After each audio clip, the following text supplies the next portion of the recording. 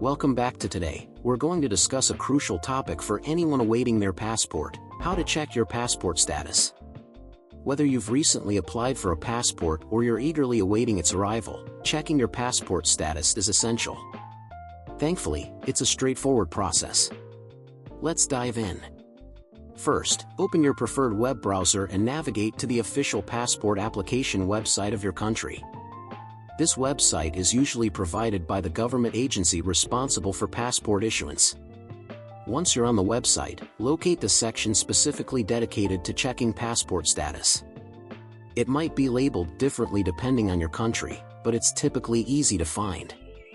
Now, you'll need to enter some essential information. This usually includes your application number, date of birth, and sometimes your name as it appears on the application. After entering the required information, simply hit the Submit or Check Status button.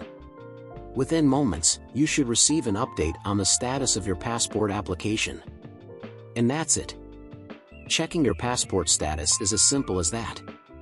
Remember, it's always a good idea to regularly check for updates, especially if you have upcoming travel plans.